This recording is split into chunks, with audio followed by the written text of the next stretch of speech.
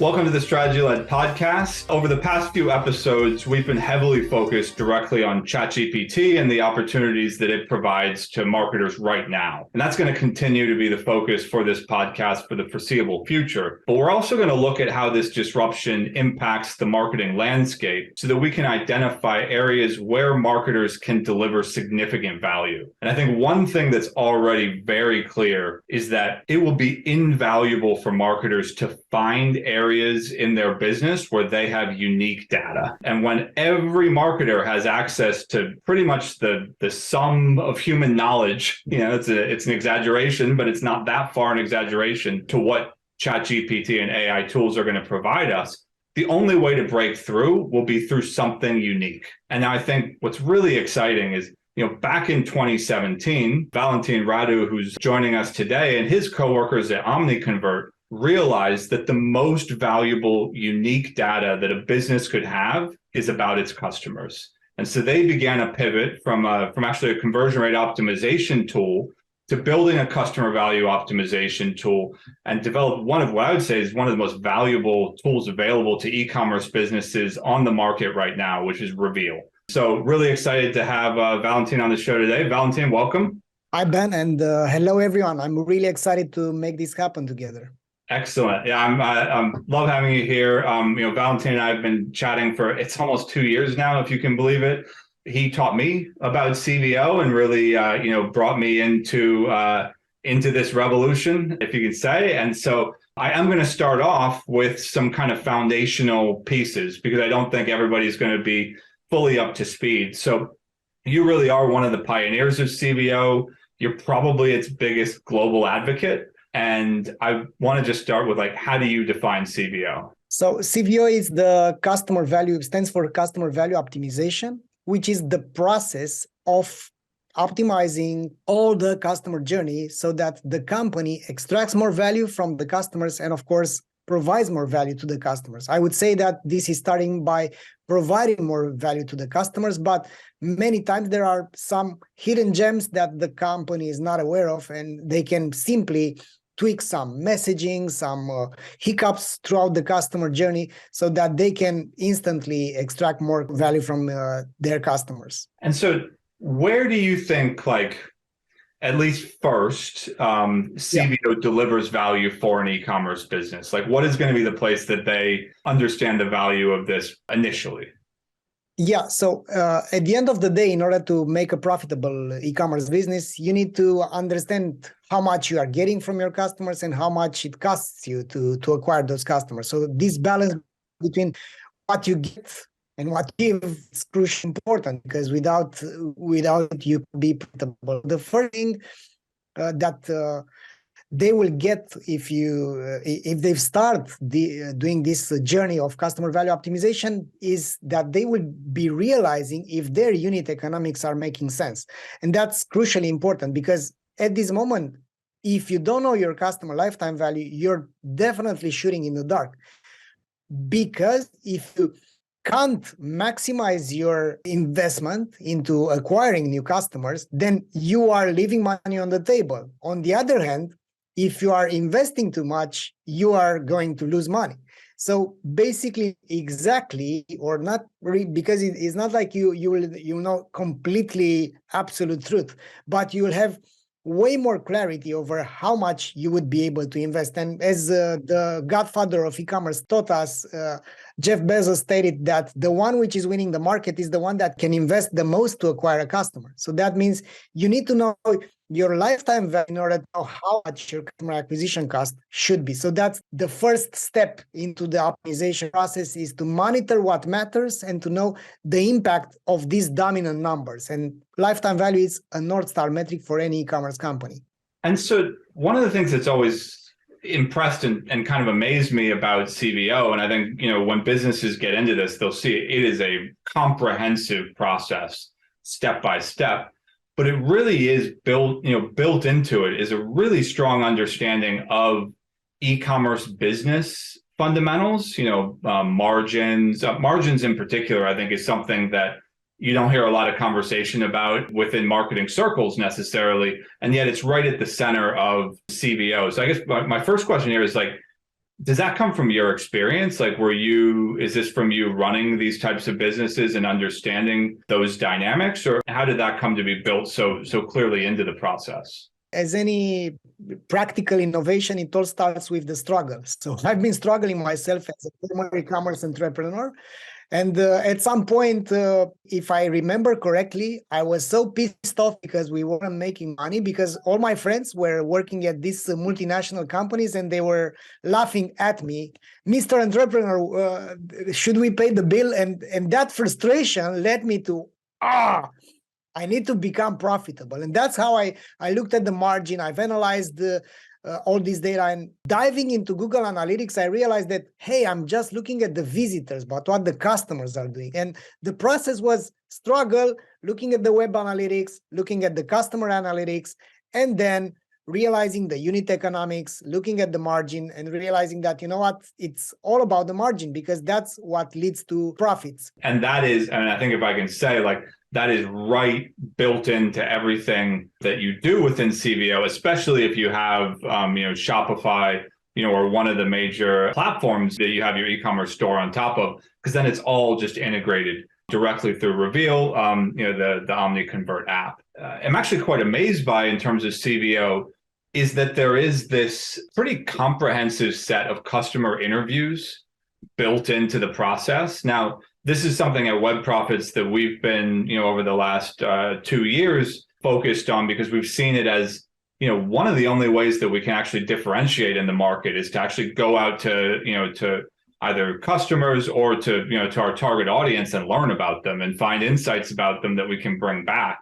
You've built this into the whole approach that you've built with CVO. And so I guess one of my questions is kind of, when did you realize the power of qualitative data?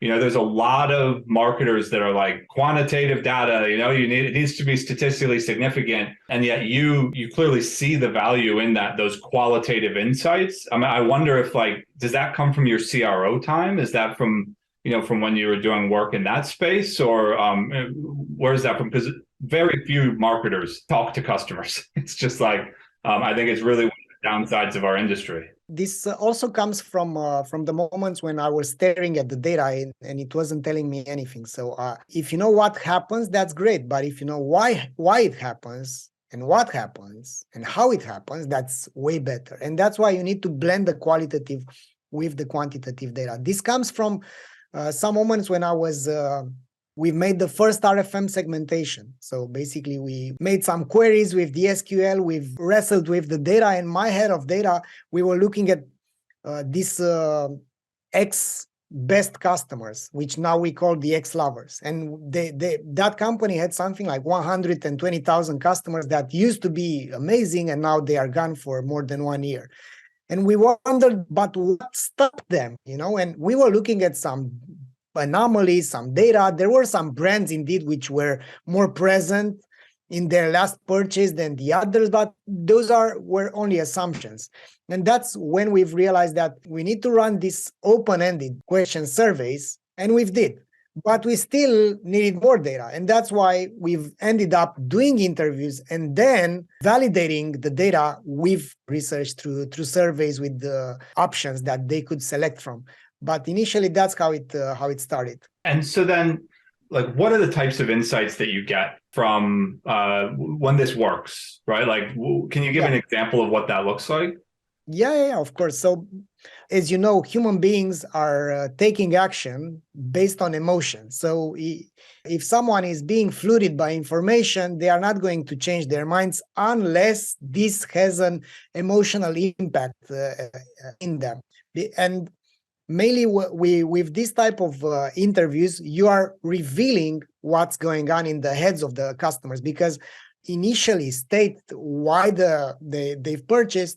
This is only a shallow comprehension of themselves and on yourself. And that's why I don't believe too much into surveys if they don't have this type of in-depth interviews that preceded them. And for instance, I'm a big fan of the jobs to be done interviews, which, by the way, led to building this methodology and pivoting towards customer value optimization, because we've started by revealing what our customers really needed, why they were doing such a thing. Because if for instance, with the jobs to be done methodology, you unveil what caused them people to buy. So what makes them to say, today is the day that I'm going to change my phone, for instance. Yeah. So because there is a struggling moment, there is a moment when you've planted the seed of change in your own mind and you decide that that was enough. So it's not like right now I'm buying the phone. And that's the moment when you are starting to actively look for a solution. So when we are looking at our conversion rates, when we are looking at the customer behavior, we can't see what happened prior to that. But the customers are in some purchase journeys that we are unaware of. And the marketers that win the markets are the ones that are starting their communication and their acquisition with the struggling moments. And that's why they need to talk more about the pain, the consequence of pain, and whatever. For instance, we've worked with a company which was selling weighted blankets, right? So that was one of the first moments when I've ran all the interviews through the jobs to be done methodology, and that was 3 years ago. And the company thought that they are selling the cuddling effect, some nice gift, some optimization tool for the people which are about performance, about optimizing their sleep. But through the interviews, we've unveiled that the main job to be done of the weighted blanket was actually help me get at least some hour of sleep. Because with the pills that I'm taking, I'm being knocked out. I don't feel very rested.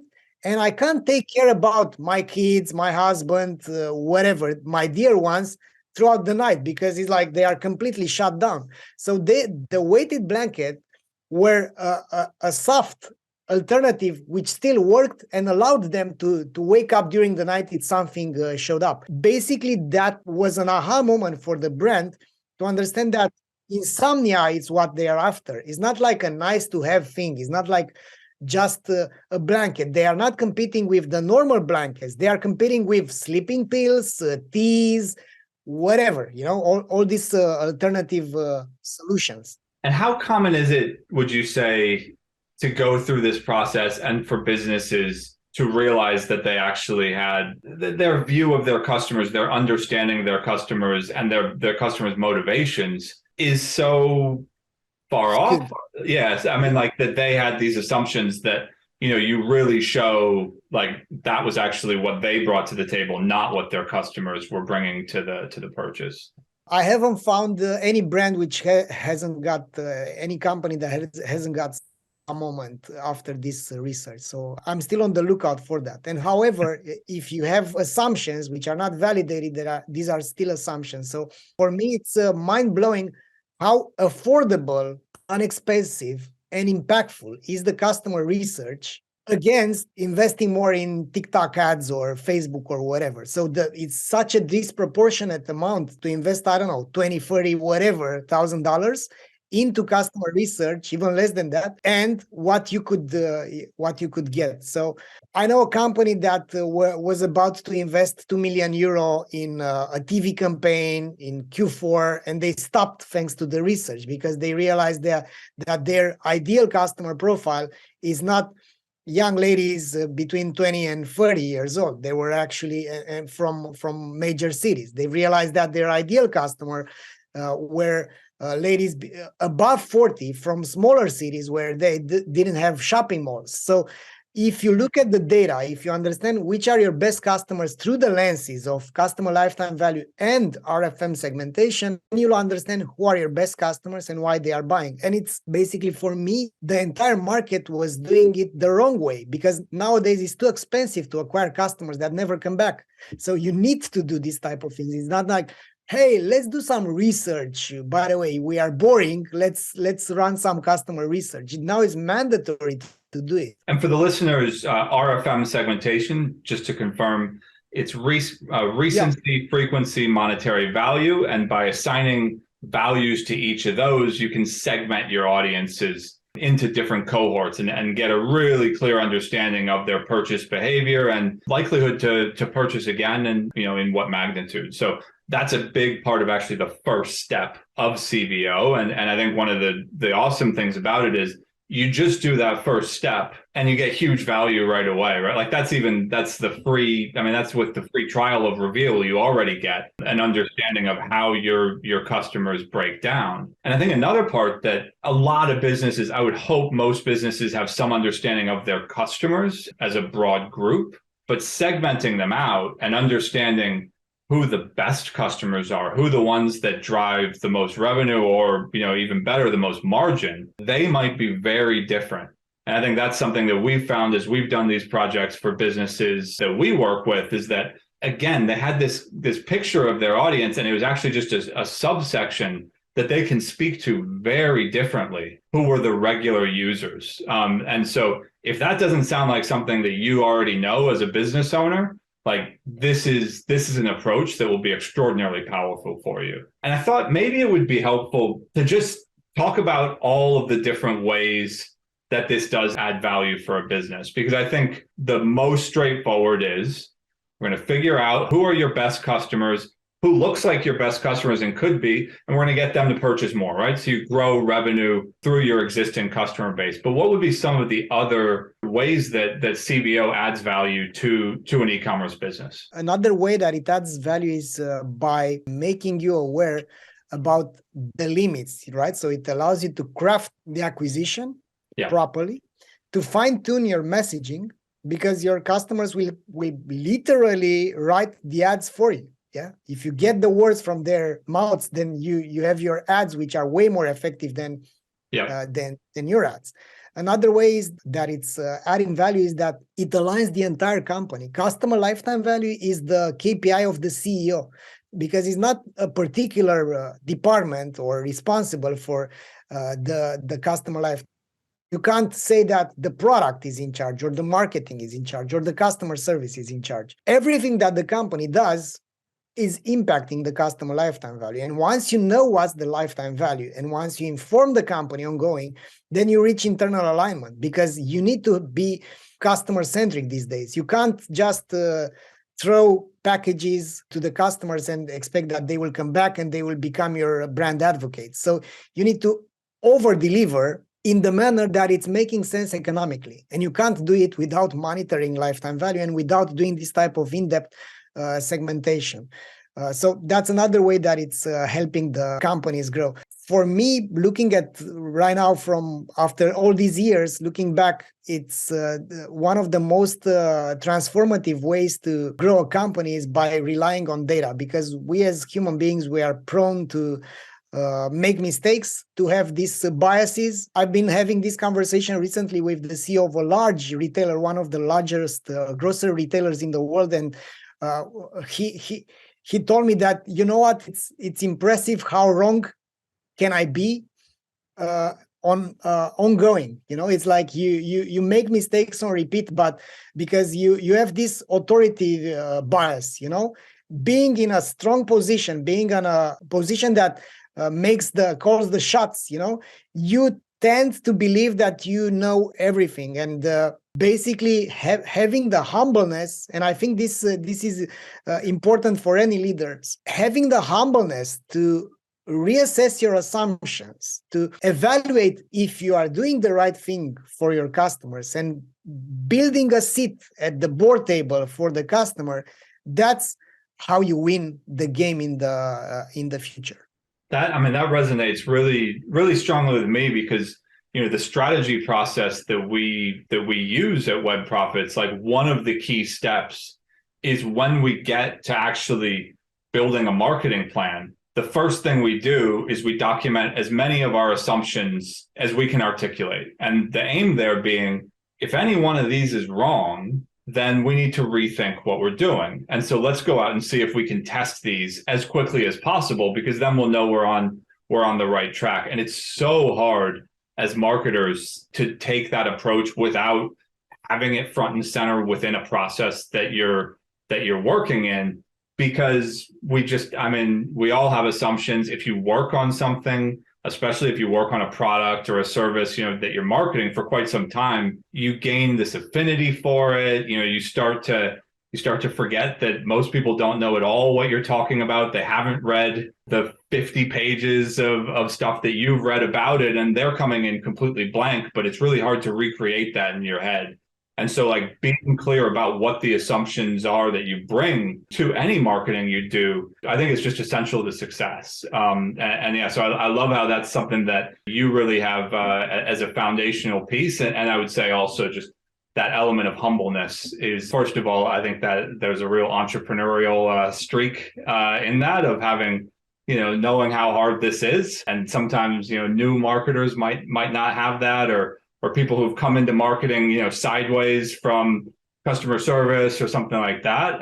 But humbleness is at the heart of great marketing, in my opinion. That actually kind of ties with something that I really love about Omniconvert, and something I wanted to ask you about. And I'm interested to know if this comes from an understanding that you have of your audience, or if this is really more just a reflection of your personality. Omniconvert's marketing, you guys lean into humor a lot. You are probably the silliest marketers that I've come across on LinkedIn. And I say that in a really positive way. Like, I enjoy it. Some of the jokes are just terrible, but like, I love that also. And it really does break through. Not always, but like, it really does break through. And I can see it's part of your brand. Like, I've read your About Us page. There's a lot of just character built into that. Where does that come from, and what's kind of the insight behind that?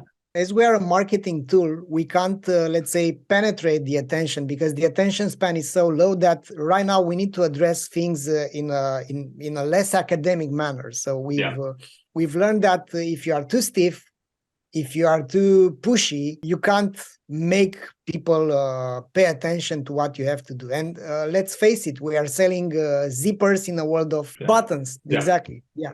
So in order to make people aware about that, are you saying there then there really isn't a category for the tool like Reveal, right? Like, there are some other CVO tools out there, but not really.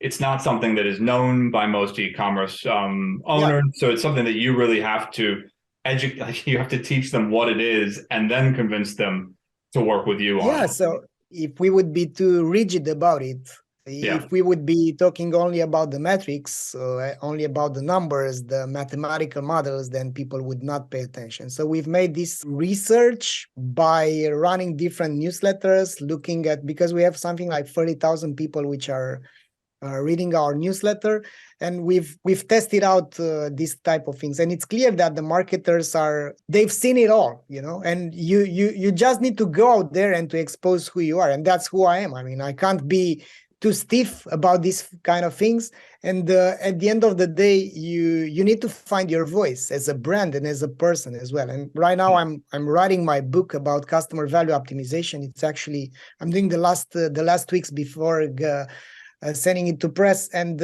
I realized that there are a lot of anecdotes, because without that I would have felt that I've built a manual for the school, and it's not my purpose. It's not who I am.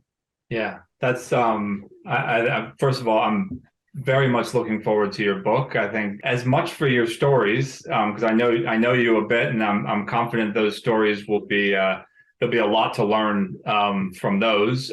But also, you've thought about this approach for years, and I think that puts you ahead of a lot of people, very much myself included, who believe in this approach quite strongly.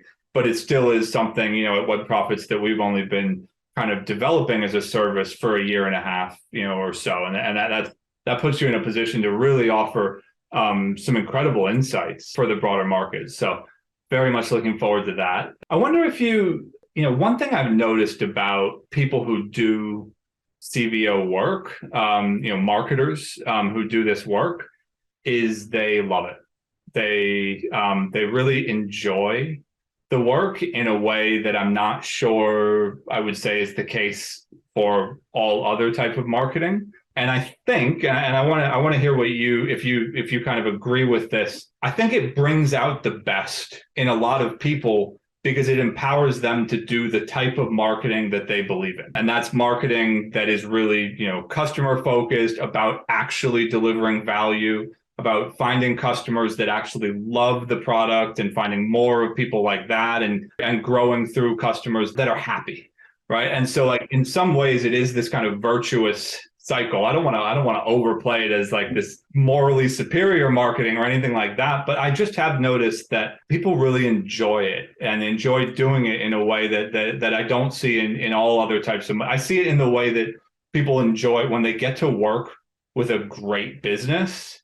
It brings out the best in them, and I see that in this type of marketing. I'd be interested to see what your experience has been and if that kind of aligns with what you've seen as well. Being a new endeavor and being a comprehensive endeavor and aligning all the pieces from the customer journey, because when you do customer value optimization, it's like when you do conversion rate optimization, but instead of focusing only on the website, you focus on the entire journey. The customer journey is the funnel that you are tweaking. So you have the opportunity to understand more about the company than the company understands about them. And that's incredible for you, because you have this thrill of discovering why the company attracts so many incredible clients despite all the barriers that they put in front of them, consciously or unconscious. So that's like scouting, it's like discovering new territories, because before, if you tweak the PPC bids, or if all you do is like running some creatives by shooting in the dark without knowing the struggling moments, without knowing what causes people to take action, that's not so, let's say, fulfilling, let's say. Those are a few reasons why. And another reason why I think marketers enjoy it so much is that you can actually measure things, In advertising, if you don't have like a control group, and it's pretty much like in the CRO, because there is as well so impactful, because you have this thrill, you come up with the hypothesis, you validate it a bit with some data components, you've convinced the client, if you're an agency, to run the experiment about it, and you can see if that's working better than the control version. That's pretty much what's going on here. One of the first, and it's not only about the marketers or the ones which are running the CVO. My colleague, one of the first, I think the second or the third project that we've done comprehensively with the company, it was basically the IKEA competitor here in the local market, which they are actually the market leader still. We've made this research to them. It's a company which is 19 years old. They have something like 40 stores, and they also have the e-commerce channel, and we've run all this CVO by the book. We've realized how much they've lost with their loyalty program. They are now revamping it thanks to it, because they gave too much to some customers and they haven't incentivized enough the other customers and whatever. So we've made all this and a customer journey mapping. And my colleague that led the project, we were with our colleague, we were with the CEO and whatever. And at the end of the meeting, the CEO, she's a lady anyway, so she said that I need to hug you guys. And that's more fulfilling than the fact that there is this emotion, because they also understood. It's like you can articulate what's wrong with the company by analyzing the customer journey. And it's like, I always felt that, but I couldn't articulate it. I couldn't put some numbers behind it. So this is very fulfilling when you run it. And that is, I think I can only speak from the agency side. That's where all of my experience is. But I know, people who work in agencies, they want to succeed. They want to add value for their clients. They really are passionate about what they do. And like what you said, first of all, about having data that you can trust, that is, it's first party data, it's sales, it's actual customers. There's no question to its validity and importance, right? So being able to work with that, that's exciting. Being able to do something new, right? That's all. Everybody's so acquisition focused. That really is just exciting, because you get to learn a whole new approach. And I've seen a number of very senior marketers go through the process of learning about this, and just the joy come out of them over just new great marketing. But then that final piece is like, first of all, leaders, especially like C-suite leaders, understand this intuitively. because it really is integrating across the business, not just marketing, and like being able to connect and communicate effectively across a business. That's a real struggle for a lot of marketers. So that kind of brings out the best in us as well. I've thought about this quite a bit. Now, I'm interested to see, do you think this only works for great businesses? That's a great question. I think it works for great businesses, but it can also work for good enough businesses, because you can, nothing is fixed in the universe. And there are a lot of entrepreneurs and teams that could evolve to the next level. And there are these visionaries, that make whatever, the Teslas, the Googles, the ChatGPTs in the world. But there are also companies which are within some categories and that could stand out thanks to this customer-centric approach. And throughout the process of becoming a great entrepreneur, a great leader, you must come to a place where you are providing more value to your customers. Because if you don't do that, you don't get the network effect from your extremely happy customers. You don't have the guidance from the pissed off customers. And part of the CVO, for instance, it's the ongoing gathering of feedback. So that's why I think it's also for companies that are empathetic and smart enough to be empathetic, because nowadays you can't be, let's say, winning a market if you don't understand the customers better than your competition. I love that, because then what you're saying is, yes, it's for great businesses. It's also for businesses who have that potential, and it can help them to get there. And that is more valuable than anything else, really. So just to finish up, you put on the Global CLV Revolution conference back in September 2022. We're about to have the CLV Revolution Australia conference next week, February 22nd. Some of the listeners, you may be hearing this after the fact, but there'll be plenty of content you can go back and check out.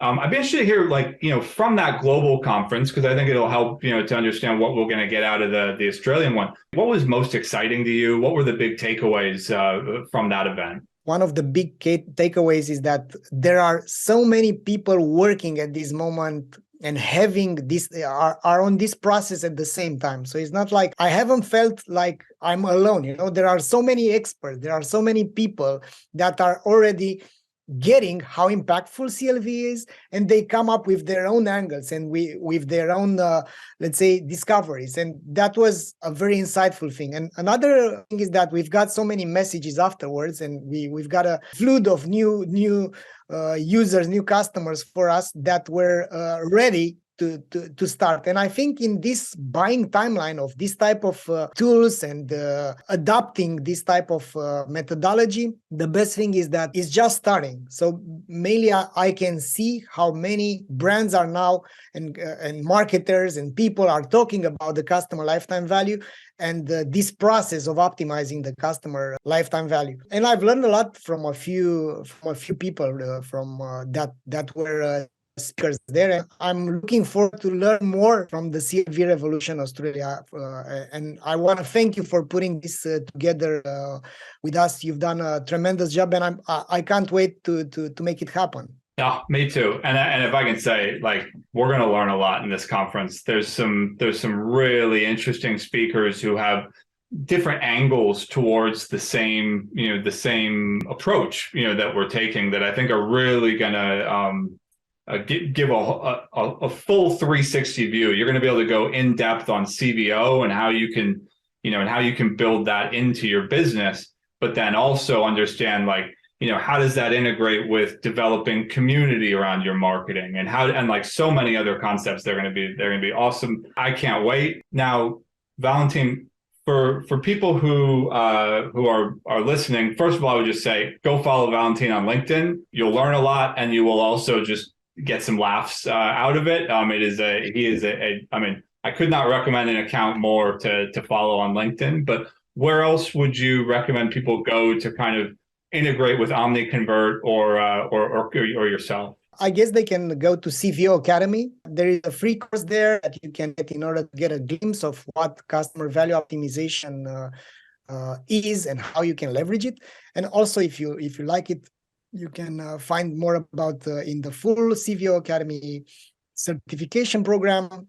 And also you can find me on become a subscriber to my newsletter. I've been so stubborn that I've wrote something like I'm at the 80 edition, and Nice. All right.